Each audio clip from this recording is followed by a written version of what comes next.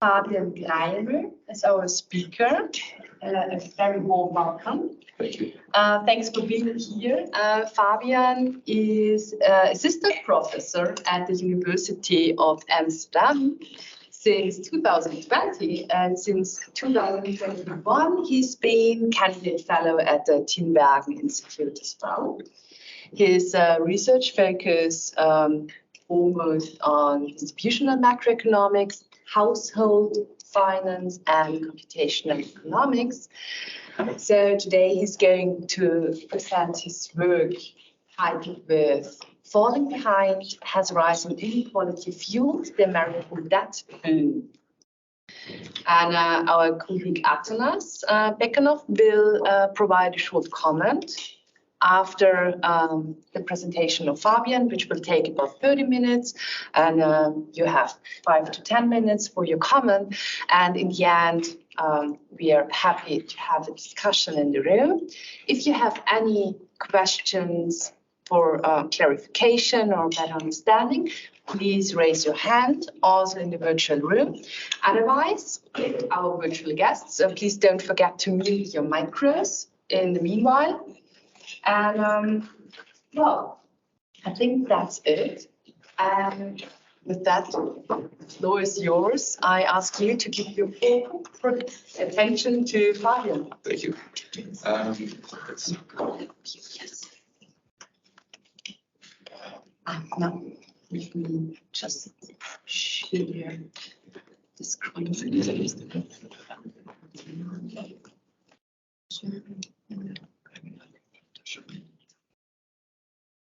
Okay, thank you. It's a pleasure to be here. This is joint work I do with Moritz, who works in Munich. And to start, I want to ask you to think about your last run. Okay. So, usually runs are a pleasant thing, right?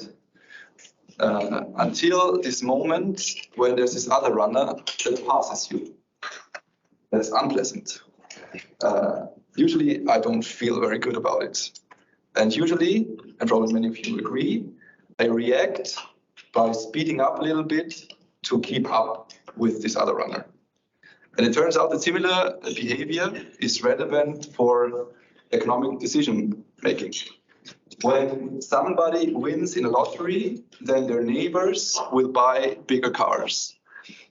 When the rich get richer in a US state, then the non-rich will shift their expenditures from non-visible goods like potatoes to visible goods like jewelry and household. Or when somebody builds a big house in a neighborhood, then the neighbors will lose satisfaction with their own house, and they will start spending more on home improvements. There's a recent survey by Theresa Kuchler and Johannes Ströbel from NYU. They say that such peer effects,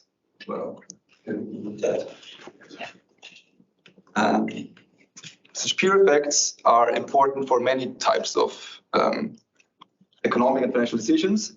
And the question of this paper, are such peer effects, social comparisons, relevant for aggregate macroeconomic outcomes?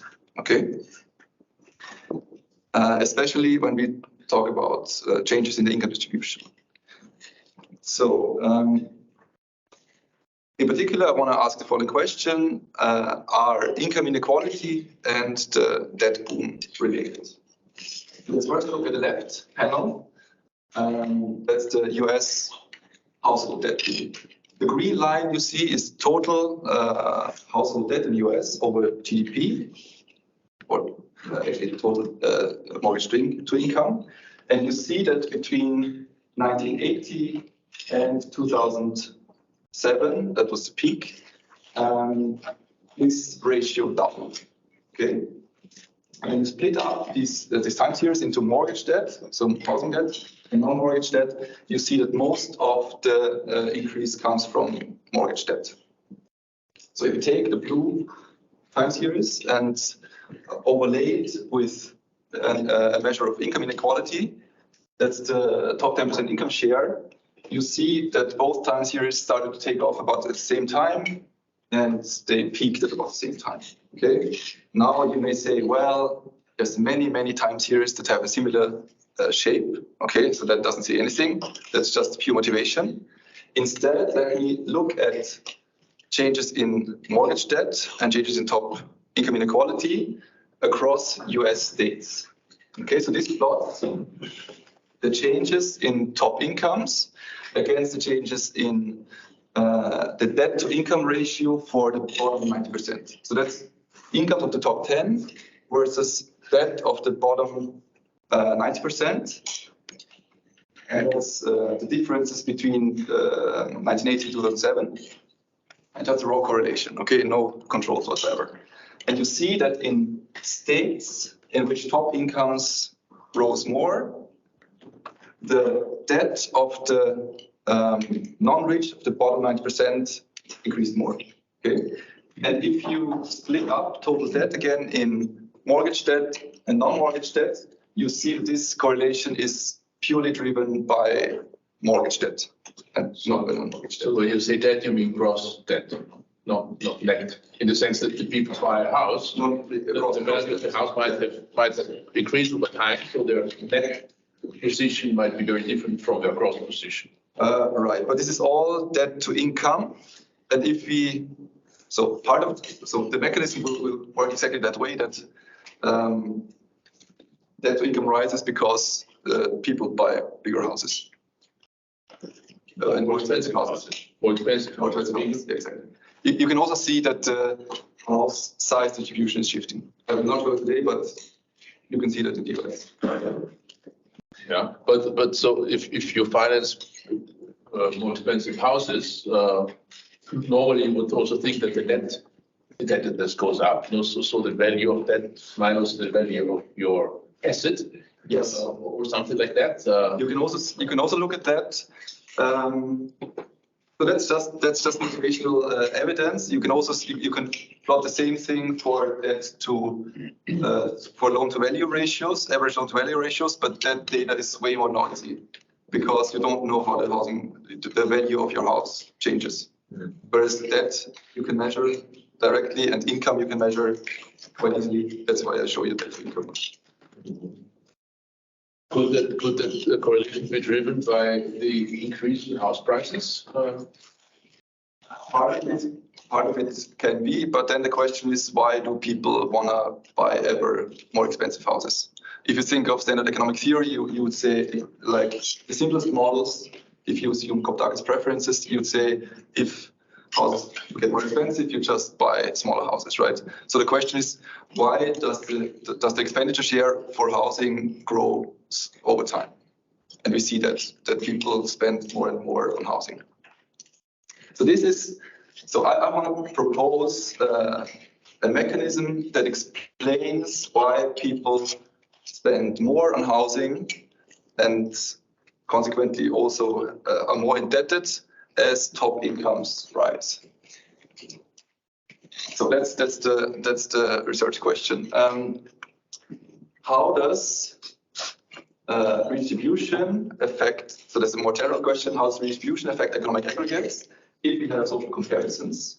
So these, peer effects that I alluded to first in the introduction, and in particular, can rising income inequality explain part of the mortgage boom?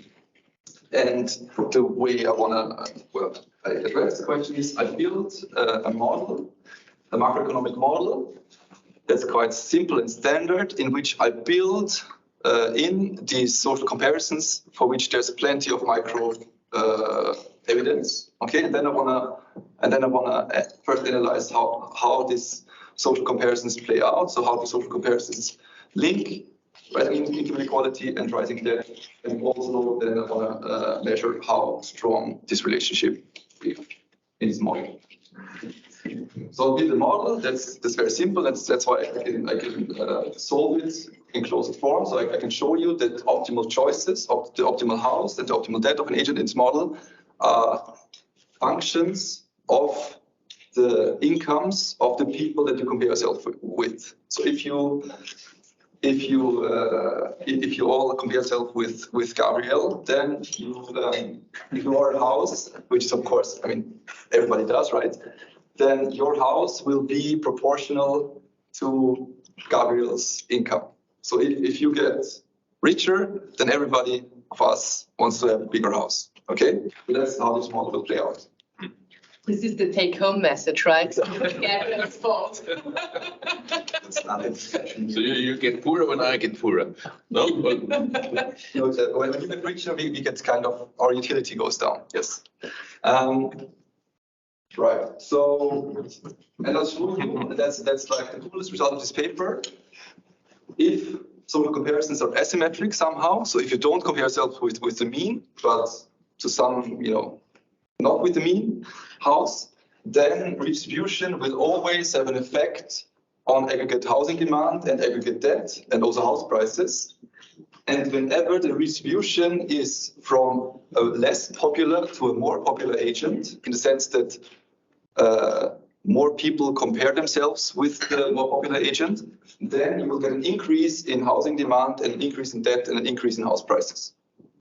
Okay, and quantitatively in this simple model, this can generate up to 20% of the observed boom in the house prices are endogenous in the model. Yes. And now probably spent already more time than I started 5 minutes past, right? So it's 10 minutes. So how will this mechanism work? How does rising top income inequality, and probably I'll point here. Do you see this pointer on the like online? Probably not, right? No, not online. Okay. So right. So social comparisons, or as the Americans call it, keeping up with the Joneses. And here's keeping up with the richer Joneses, because the Joneses, the comparison group, the reference group, are the rich ones. How does this lead to a mortgage boom? So first, our starting point is that we want to ask what happens if the rich become richer. Okay, so we take this given, then the rich, they will upgrade their houses, because we make the standard assumption that houses are normal goods. When you get richer, you want to have more of them, or better quality, or bigger, or whatever, right? So the housing quality goes up. Then the non-rich, their preferences depend on how their own house relates to the houses of the reference group. So the utility of the non-rich will go down, of the rich go up. So they want to substitute other consumption for housing. So they want to spend more on housing, spend less on other goods. And since housing is durable, they want to finance this using a mortgage. And this will lead to higher debt to income ratios for the non-rich. Okay. And non-rich, when I say non-rich, I mean the bottom 90%. Okay, so almost everyone. So I'll quickly go over that. So this is not the only mechanism that links or that explains the mortgage debt boom. There have been others around. There's even a mechanism that tries to explain it using income inequality. That's the last one, me and Sufi and Straub. But this mechanism is a demand-side mechanism. So it's a mechanism where income inequality leads to higher demand for housing, or demand for credit, and not supply of credit. There's literature on keeping up with the Joneses in macroeconomics, but they always talk about the average Joneses. So you compare yourself with the mean, and they have to do this because in these papers, there's only one consumer. Okay, so the only consumer compares themselves with itself. And that's why they cannot talk about asymmetric sort of comparisons, which is the empirically relevant case.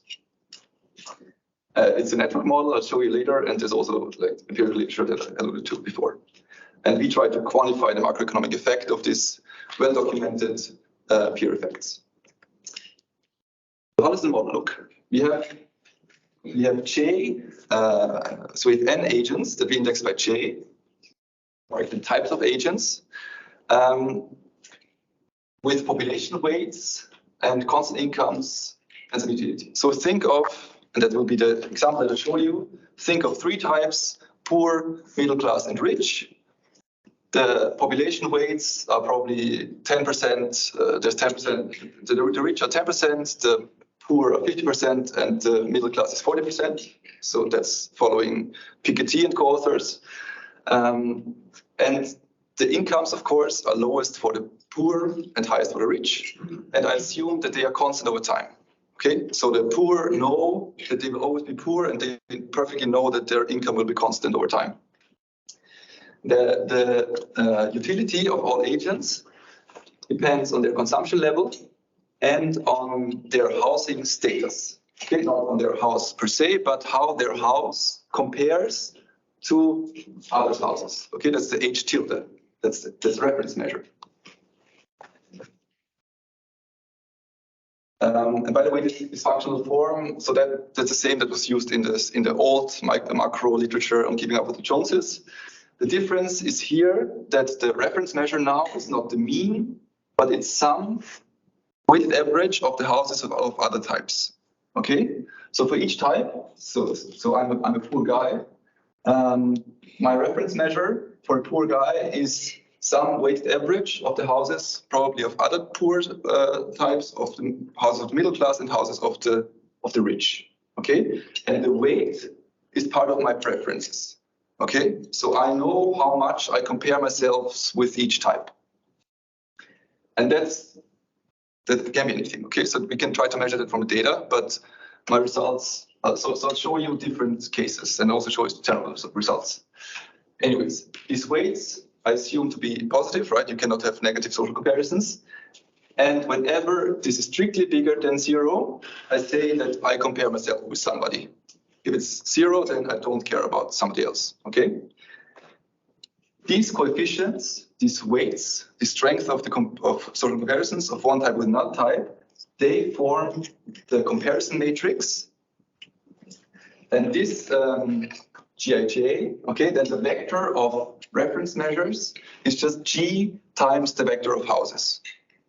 Okay, and this G can be interpreted as a network. And here are a few simple networks. So the simplest network is the one without links. Okay, no Joneses. Nobody cares about anyone. That would be the standard economic model. Okay. Mean Joneses, that would be the classic macroeconomic case of keeping up with the Joneses, where everybody cares about everybody with the population weights. Okay, so if there's 10% of the poor, then 10% of the rich, so 10% are rich, then everybody's reference house will weight the house of the rich with 10%. Okay, so the omega PMR are the population shares. And you see that I should point here. The rows are the same, which means, so if you recall the equation from before, the reference measure, the vector of reference measure is G times the vector of houses. So the reference measure is the same for everybody. Okay, so the reference measure for everybody is the mean. Then we get to empirically more relevant networks. For example, the richer Joneses, that's where everybody compares themselves only with the type just richer. Okay, so the poor care about the middle class class care about the rich care about nobody. And here everybody cares about the rich, so even the rich care about themselves. And these two are kind of get to the empirically relevant case. Of course, these are extreme examples, and I show you them because these matrices will allow for simple solutions later on that I can just show you, right? But the general results will allow for any matrix. You can also have any number of types that you want, and then you can just put it to the computer and then you compute it, okay? And all the results will depend on standard network statistics for these networks. All right. So the networks, let's finish talking about the consumers. They live forever. As a good macroeconomist, I assume that. So their lifetime utility, there's no uncertainty here. So the lifetime utility is the discounted sum of all future utilities. Utility is a function of consumption and housing status.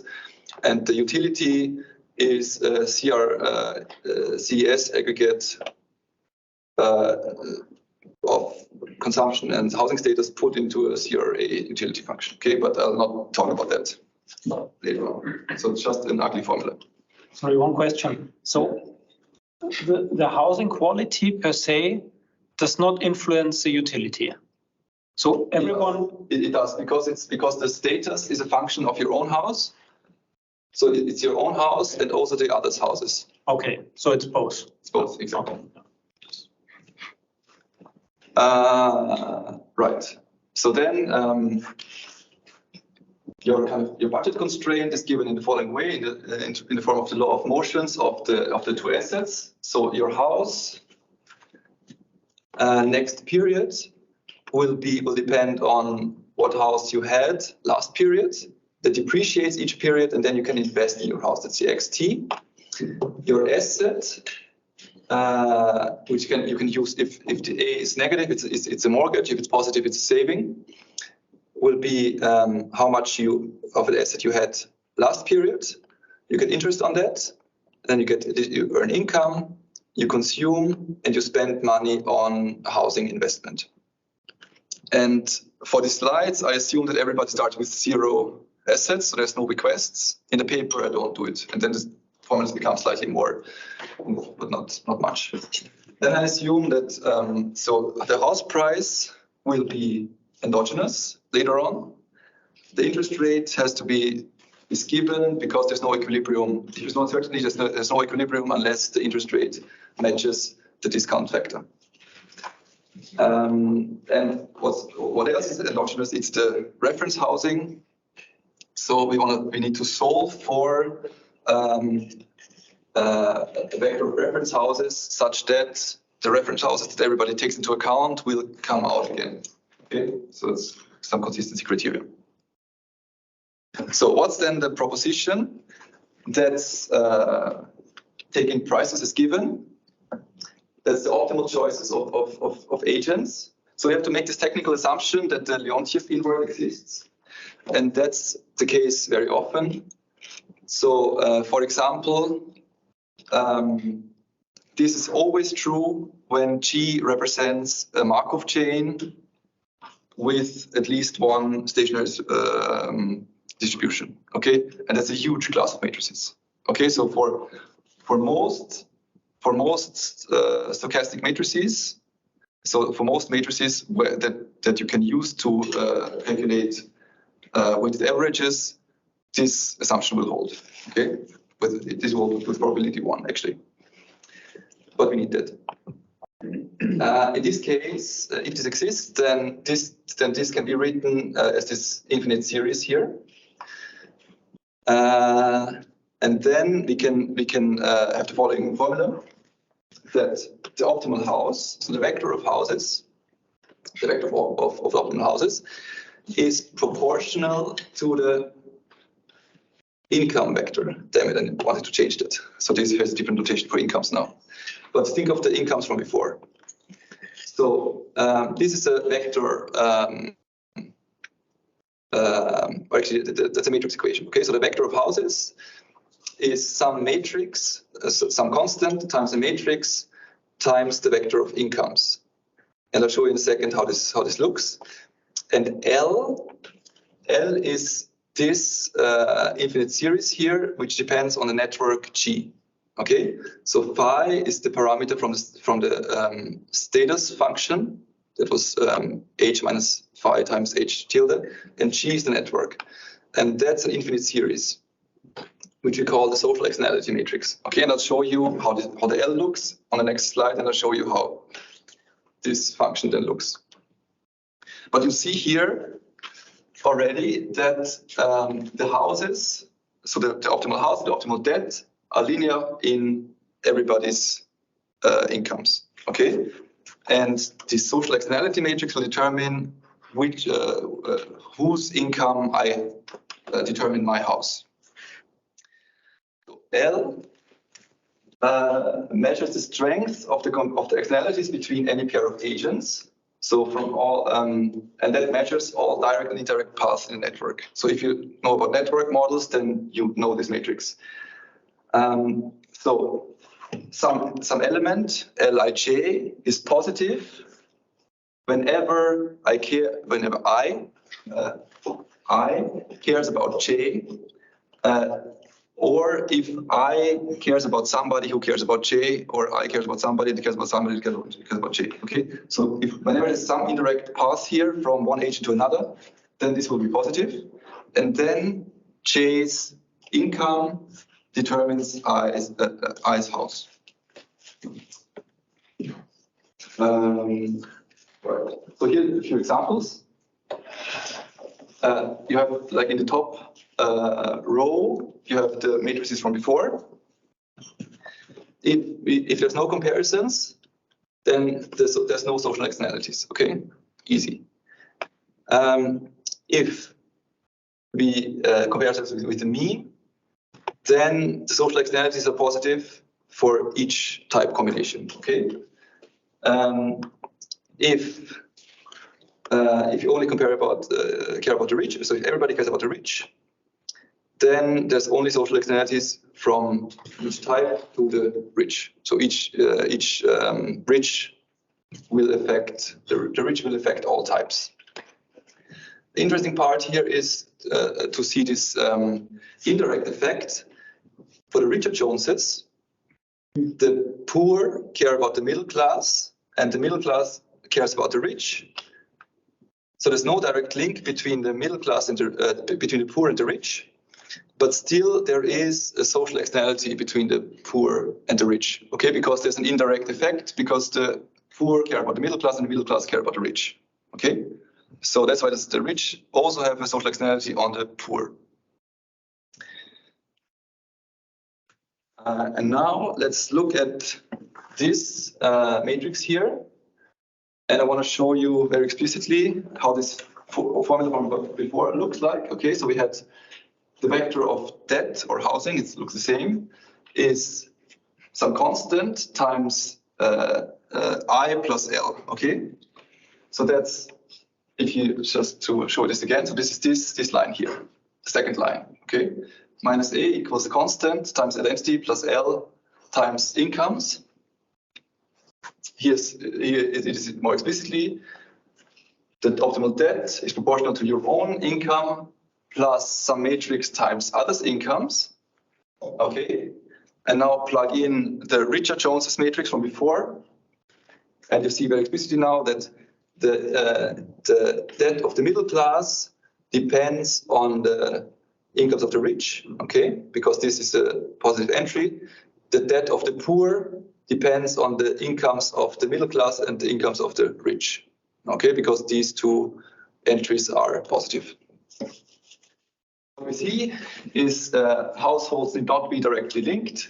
The effects trickle down, and what we also can see is that the impact of changing somebody's income, so think of the income of the rich because those incomes have increased in the past, will be determined by columns. Okay, so if you think of changing the income of the rich, how will the debt of everybody change? We look at the column here. So changing the income of the rich will affect the debt of the poor and affect the debt of the middle class indirectly. Okay, so if you're interested in aggregate effects, we'll need to take these columns into account. So let's do that now. Okay, so the question is, what's the aggregate effect of redistribution? Assume that you redistribute income from type I to type J, keeping the aggregate constant. And I'll check the time. How much time? 3 minutes. It's 2. Thanks. 5. If you need 10. No, I have a lot of stuff to skip. So that's what we should look at. Okay, so we move income from one to the other type, and we want to check what happens to house prices. We define the popularity, which are to be the row sum, the column sums of this social identity, externality matrix, weighted with population weights. Okay, so measures how many other types are affected by an income change of type J, and how strongly. Okay, and how many there are. So how big the externality will be of a given type's income change. And then you can see that the popularity is 0 for everybody if there's no comparisons. Only the rich are popular if everybody just compares about the rich. Everybody's popular to some extent if everybody cares about everybody. Okay. And then it turns out that we can rewrite aggregates as a function of B, of the popularities. Okay, and that's B, the popularity is just the centrality measure. And you see here already that directly, if you can read the matrix equations, by how strong an income increase of a type will affect total housing demand and total debt, keeping prices constant. And then it turns out that redistributed income from one type to another will have an effect on housing and debt if and only if type J is more popular than type I. Okay, so if the type that gets the money is more central or more popular in the network of comparisons, then you will get an increase in aggregate housing demand and aggregate debt. And you also see, so by the same argument, you can say the only network for which redistribution has no effects will be the network of mean comparisons. Okay, and of course of no comparisons. But whenever there are comparisons, the only network that doesn't lead to aggregate effects is the one with mean comparisons, and that's exactly the network that has been studied in the previous macro literature. Okay, so they studied like a knife edge case. You can make the same argument for house prices, and then with the same condition, and then you can ask yourself, does inequality drive debt and house prices? If you think that these networks are true, so comparison with the mean or no comparisons, no. If you think that there's upward comparisons, then yes. Okay? And this star is because it will hold for almost all parameterizations that are meaningful. So the model suggests yes, income inequality drives mortgages and house prices. And we can also look at this quantitatively. So let's change the income distribution from this to this. Okay, so that matches income shares in the US from 1980 to 2007, and feed this into the model. And we need to choose parameters. The only interesting one is how strongly do we compare to others on average, and that was estimated already by a paper. And then you can see that you generate an increase in aggregate debt of like 9%. Or 10%, okay, if you believe in richer or rich Joneses, whereas you create no increases if you believe there's no comparisons or you have comparisons with the mean, okay, and then you see there's still effects under the hood. So the top 10% will have increases in debt, but the bottom 90% will have decreases in debt if you believe in these two networks. So I think the last slide is the following, comparing aggregate changes. Okay, so we've comparing changes with the data. So we've seen already these two bars here. Okay, so this is from the last slide, an increase of like around 10% for richer and rich Joneses. In the data, we've seen an increase in 50%. I cannot sure probably percentage points. Anyways, the important thing is that in the data, we've seen that increases for all income groups. Okay, and we can only generate that if we assume upward comparisons. Okay, so this picture is kind of provides some evidence that what we observe in the data suggests that people compare themselves upward and not with the mean.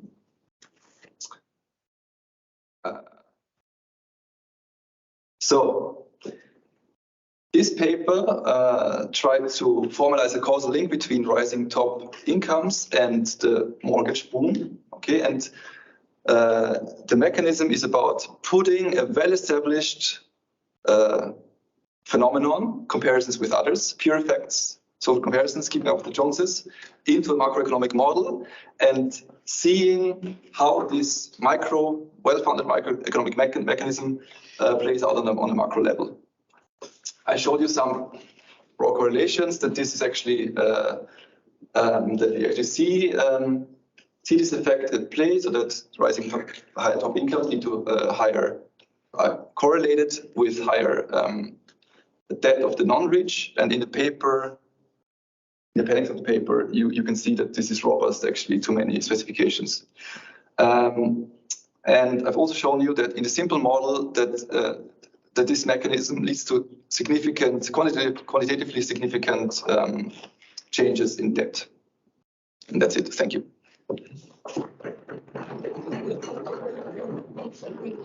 I guess Atanas jumps in right now.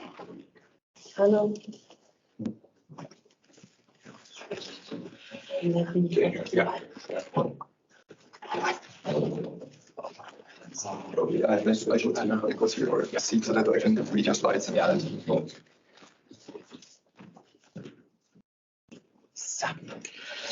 Okay, so I'm going to jump very quickly.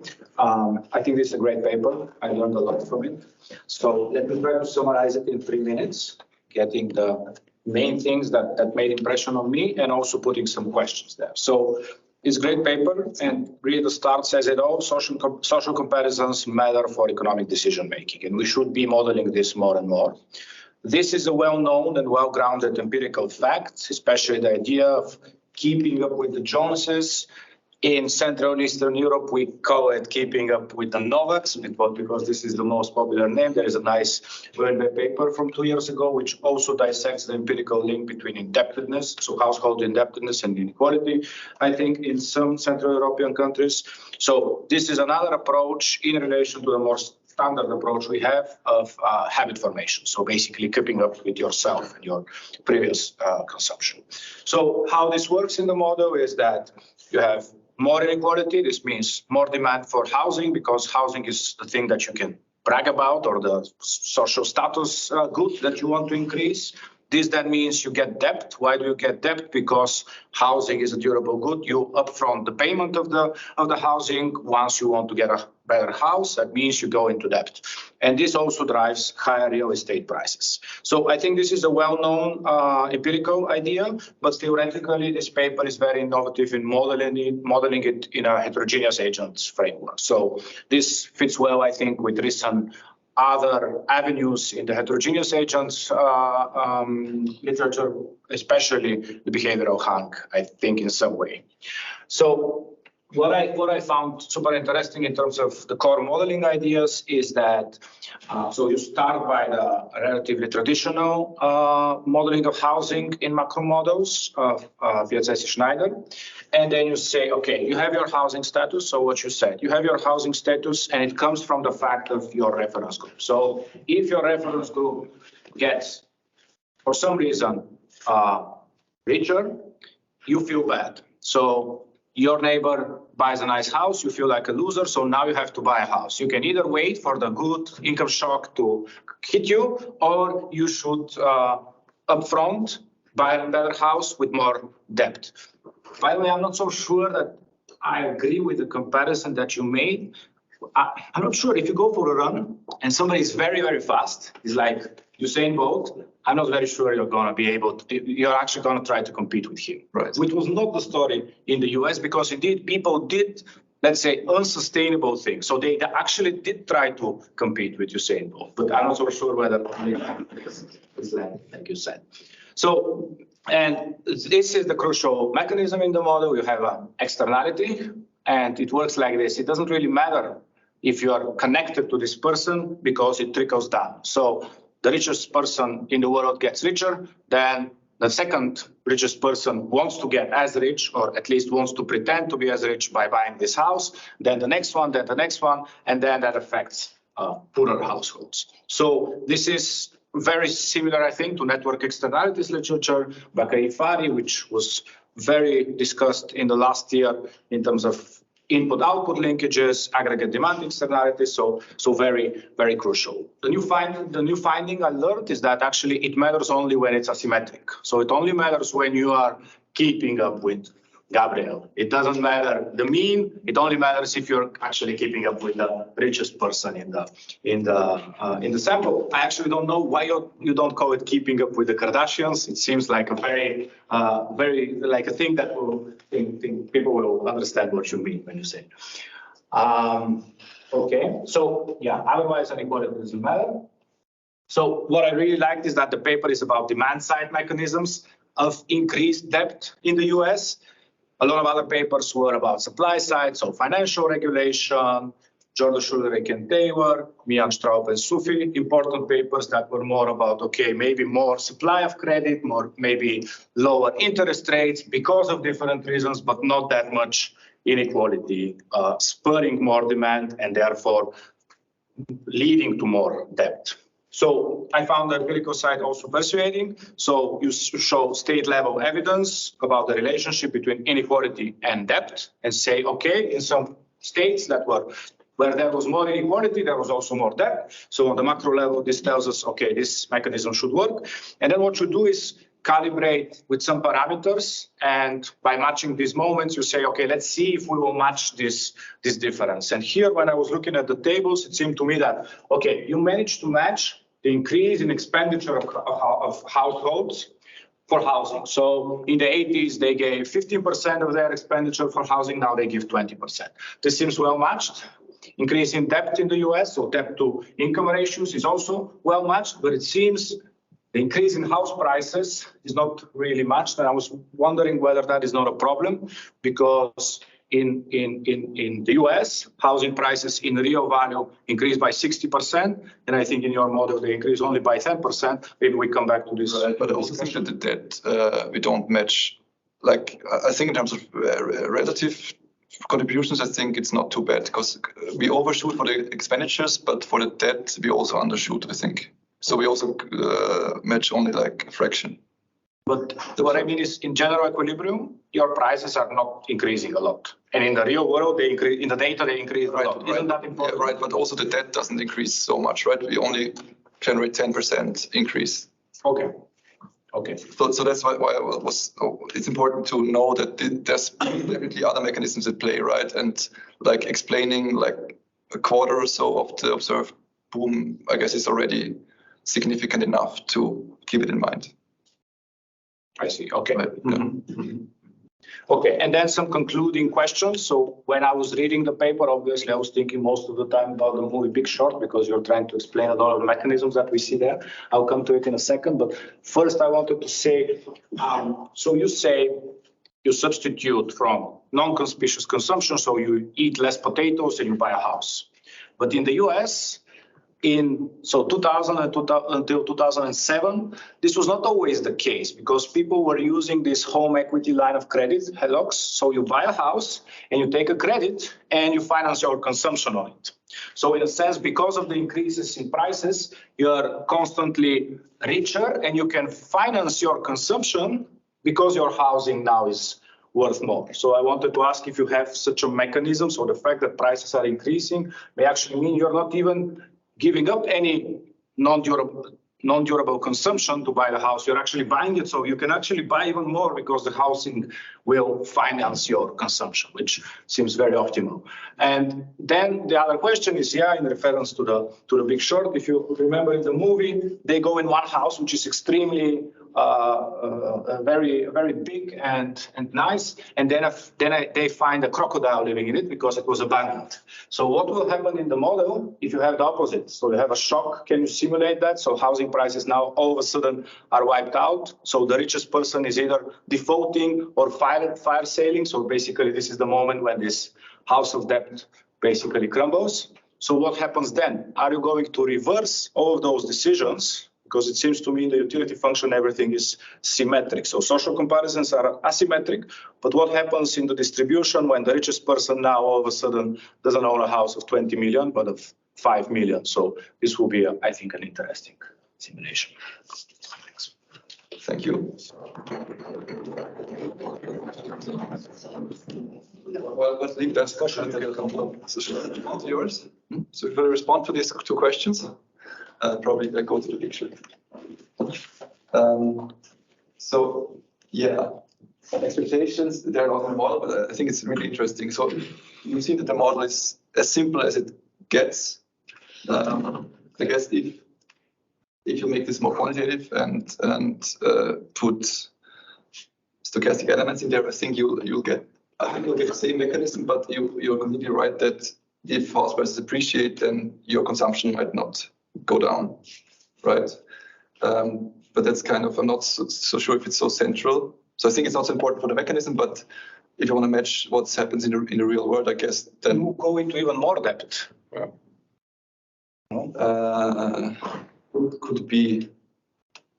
So I mean, it's another mechanism that will. So if you expect house prices to go up, you want to have even bigger houses, which exactly. So that's one of the other mechanisms that's probably independent of inequality, that are generators of that boom. You're right. And so what happened in the past in the model, as you guessed correctly, everything would reverse, because it's so simple, right?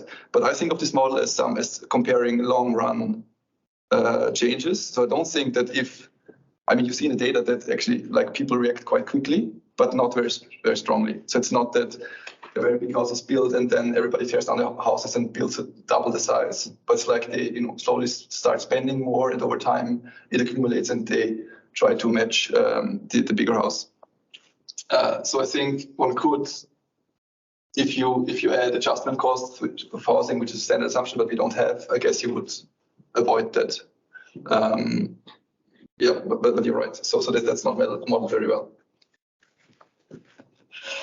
Thank you very much. So, are there any comments, open questions from the room? Gabriel, please. Yeah. So the exogenous change that sets everything in motion is a change in income at the top. But probably there's a whole host of exogenous events that could give you your result. No, so what if let's say the preferences change?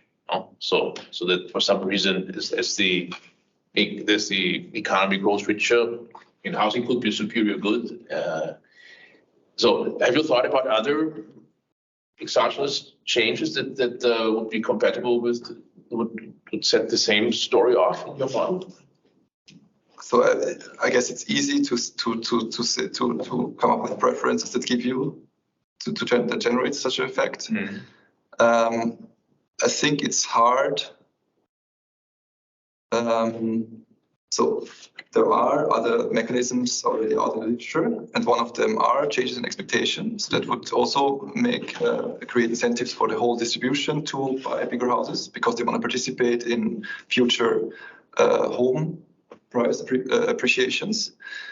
But one way could be that the Jones or the Kardashian effect, which I think is a cool idea, to name it that way. But given that we have access to social media and influencers, etc., it could be that over the time period, it's become much more easier to look into the estate of the Kardashians. Now you go to Google Maps and see, wow, look at their pool, etc. So it was not possible maybe in the 80s or in the early 90s. Now you can do that. So that would, even with constant inequality, you could get this sort of story, right? Right, I guess. So the mechanism would exactly be the same thing. Then it's about visible inequality. Yeah, so then you could create some measure of visible inequality, which is some weighted sum or some composition of visibility of TV shows and Google Maps and actual inequality. You get the same thing. I agree, and I agree that that's one of the criticisms that comes up often about this paper. Do people actually know about the rich? Do they know how big the houses of the rich are? And that's exactly your argument, is my argument, that there are TV shows just about basically showing how the rich live, right? And people seem to be interested in that. when I was when I was in school, there was MTV Cribs. I don't know if you know that. There was just the whole point of the show was just that rich people or celebrities show their house like for 5 minutes, and it turns out later that many of them actually didn't even live in there. They just rented the house to show around. Yeah, but it seems that we care about the living style of the rich.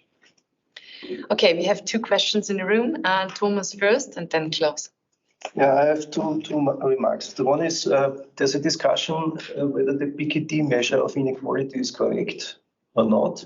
And there are alternative ways to compute inequality measures that turn out to show no increase in inequality over time. So if there was no increase in inequality, your model would not predict rising indebtedness and rising housing prices. That's true. Okay. Yeah, but that's the whole point of the paper, exactly. So I just say if there's a change in income distribution, then this will generate a change in debt. I don't really wanna go into discussion which inequality measure is the most correct. But I mean, it seems to me that there is enough evidence of rising inequality over time that it's at least worth investigating what would happen if there is rising inequality. And then whenever these people have agreed upon the actual degree of inequality rise, then you can say how important my mechanism is. And the other remark that I have is, why do you compare only to housing? I mean, you may compare to the yachts and to the big cars and to the champagne and I don't know what makes up for the lifestyle of celebrities. Why is it just housing? Because if there are many goods with which you would compare your lifestyle, the price effect would be very small for each of them. So it depends. So first, so it's true that you could write the same model for cars. It would work. So there's two reasons. First, the best data that we have is on houses, and we don't really have data on other big assets that people have. And that's of course a bad answer. But the good answer is that people have looked into the conspicuousness of goods. So how important of a visible good are different types of goods. And then you can rank goods by how important they are to show off, basically. And it turns out that housing is consistently one of the most important visible goods. And it's also by far the most important visible goods by value. So that's basically the visible goods that's most prevalent in most people's portfolios. And you see that the house is the good that reacts strongest, has one of the strongest reactions to changes in top incomes. That was shown in one of the references I had on the first slide. Okay. Klaus? Thanks. I actually had a question and a remark. The question you've just answered because Thomas already posed it. And a remark, perhaps another question about the positioning in the literature, following up on what Gabriel just also said. You were focusing in terms of the mechanism on the link between the middle income and the rich. But if you rather focus on the poor and the middle income, you might actually have a development story as well, because the poor would look at certain houses and then they notice in the past or past examples, they have running water, they have electricity, they have washing machines and dryers and whatever. Yeah, and there's a certain technology diffusion aspect to this entire thing as well. So this might open the literature or open another literature. But this is just a remark. That's really interesting. I never thought about this, but it's true. Yeah. Okay, Michael. Question So there is some evidence for the US that actually housing inequality has increased more than income inequality. Similar to the graph that you showed at the beginning about house prices on the state level. If you compare it to the 1960s, house price inequality has increased much more than income inequality. And the usual explanation in the literature is that supply side land use restrictions explain the higher increase in house price inequalities. I was wondering whether your mechanism would also be compatible with this evolution. I don't know that in these places where people compare more, where income inequality increased more, that this leads to a bidding up in the housing market also. So is this compatible with the evidence that we have for the US? It's a bit difficult because the way I model housing here, there's only one house price. So a price per quality unit, right? And there's only one housing market. So differences in housing value are basically just difference in house quality in the model. And then I actually get the opposite. There's just one market, right? There's just one region, like in the model. Then this will lead to a lower inequality because without comparisons. Okay, so let's think about some upward-looking comparisons, right? So the rich are basically unaffected by social comparisons, so their choice is unaffected. But then the non-rich will want to have a bigger house compared to the case where there's no comparisons. So in that sense, the inequality in house qualities is actually lower with social comparisons. But then if you take into account different regions and other restrictions were probably due to geographic constraints, the house price goes up in richer cities or so. It gets more complicated, and I never thought about it, and I don't know if it's compatible with your story. So last but not, okay, good. Done. Can we say that your mechanism works only if there is a lax regulation as a precondition? You mean for credit constraints or so? Exactly. So in Austria, you have to show a certain income to get a credit from the bank. I would say no, but definitely the effect would be dampened if the constraints are very strict. Because if you've seen, so on one of the pictures, that like it's the middle class that reacts strongest, and they are probably not so constrained by financial regulations, right?